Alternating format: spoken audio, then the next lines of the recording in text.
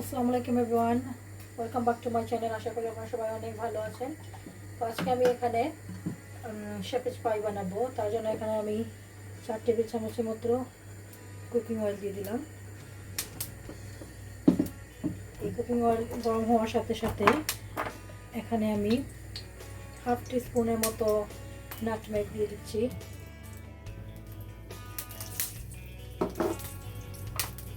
Half টিস্পুনের থেকে আর একটু কম সিনামন পাউডার, হাফ টিস্পুনের মতো ব্ল্যাক পেপার,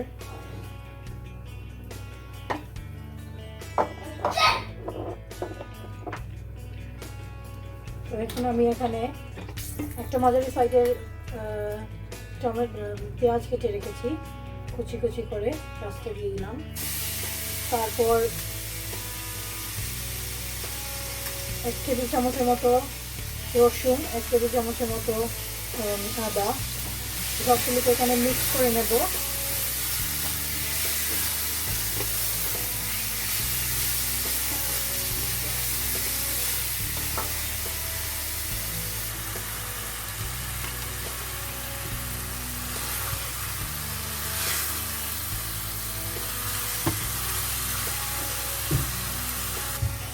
তো এখন আমার পেঁয়াজটা ভাজা হয়ে গেছে। এখানে আমি স্বাদ মতো লবণ দিয়ে দিচ্ছি।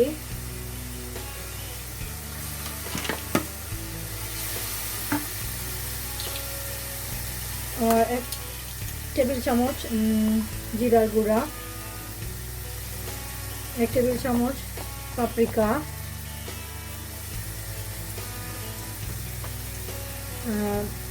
1 টিস্পুন চিলি পাউডার, 1 টিস্পুন ধনিয়া পাউডার, আর 1 টিস্পুন থেকে আর একটু কম হাফ টিস্পুন টারমেরিক হলদি পাউডারটা, আর এখানে একটু হাফ টিস্পুন থেকে একটু কম গরম মশলা দিয়ে দিচ্ছি। এগুলোকে এখন মিক্স করে নেব আমি।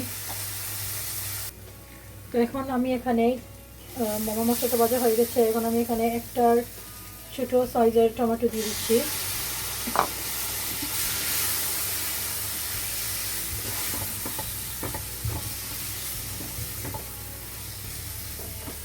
আধা কাপের মতো পানি দিয়ে দিলাম।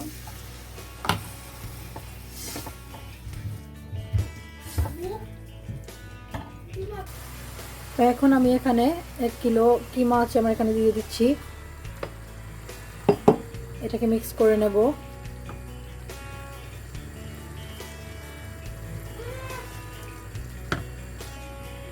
তো এখানে আমার কিমাটা কুক হয়ে গেছে।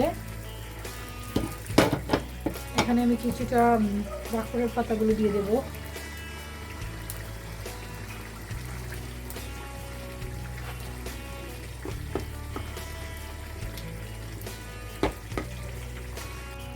আমার কিমাটা এখানে হয়ে গেছে। এখন আমি এখানে বোলের মধ্যে 2 প্যাকেট মাশ পটেটো নিলাম। এটা আমার প্যাকেটের মাশ পটেটোটা আমি এখানে এটা দিয়েই বানাই সবসময় অবশ্য। আর এখানে আমি 1 চামচ বাটারও নিয়েছি। এগুলো এখানে দিয়ে আমি একটু ব্ল্যাক পেপারও দিয়ে দেব। আর এগুলো দিয়ে আমি গরম পানি দিয়ে একটু মিক্স করে নেব। এগুলোকে আমি একটু ব্ল্যাক পেপার দিয়ে দিলাম। এখন এখানে একটু লবণ দিয়ে দিচ্ছি। আর এখন এখানে গরম পানিটা দিয়ে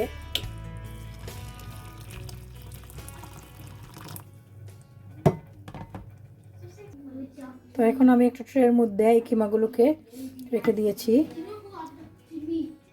আর একটা কথা, আপনারা যদি চান তাহলে আপনারা ফ্রেশ পটেটো দিয়েও করতে পারবেন। আমি মাশ পটেটো দিয়ে করি কারণ আমার বাচ্চারা মাশ পটেটো দিয়ে আর পছন্দ করে এটা, তার জন্য। এখন আমি এখানে কিমাগুলো দিয়ে দেবো, মাশ পটেটোগুলো দিয়ে দেবো।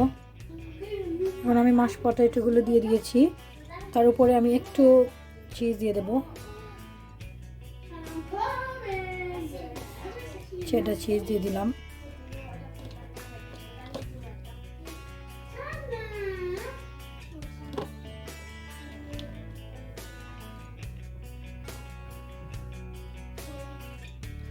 আমার ওভেনটা আমি গরম করে রেখে দিয়েছি। এখন এটাকে আমি প্রায় 20 মিনিটের মতো ওভেনের মধ্যে রেখে দেব।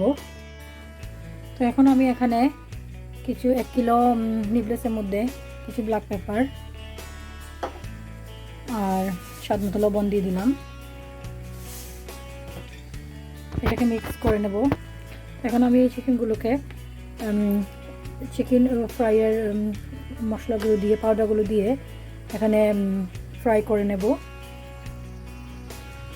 এখন আমি ফ্রাইয়ের তেলটা গরম হয়ে গেছে। এখন আমি তেলের মধ্যে চিকেনগুলো দিয়ে দেব।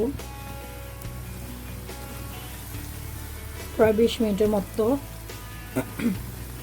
এই চিকেনটাকে কুক করেই নিলে হয়ে যাবে। তো এখানে আমার চিকেন ফ্রাইটা হয়ে গেছে, আমি এটাকে তুলে নিচ্ছি।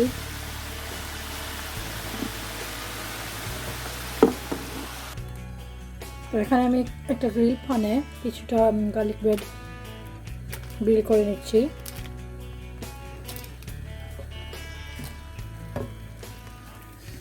তো এই গার্লিক ব্রেডটা হয়ে যেতে যেতে এখানে আমি কিছু চেরি টমেটো কেটে দেব। আর এখানে আমার কিছু সালাড আছে, এগুলি শপের সালাড।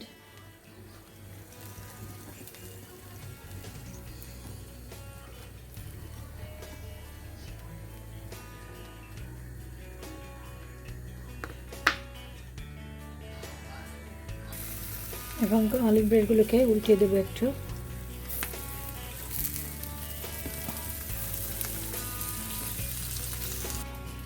এখন আমি টমেটোগুলো দিয়ে দিচ্ছি।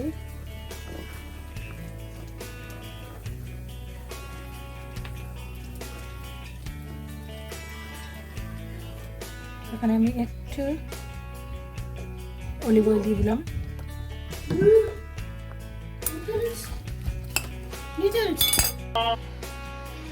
তো এখানে আমার ইফতারগুলো হয়ে গেছে।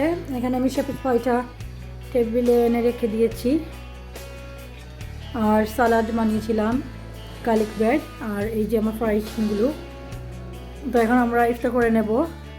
আপনাদের যদি আমার রেসিপিগুলি ভালো লেগে থাকে তাহলে আমাকে অবশ্যই সাবস্ক্রাইব করবেন আর আমার চ্যানেলটাকে লাইক করবেন, নোটিফিকেশনটা অন করে রাখবেন যেন আমার নতুন রেসিপিগুলি আপনারা পেয়ে যান। তো দেখা হবে ইনশাআল্লাহ আগামী ভিডিওতে। আল্লাহ হাফেজ।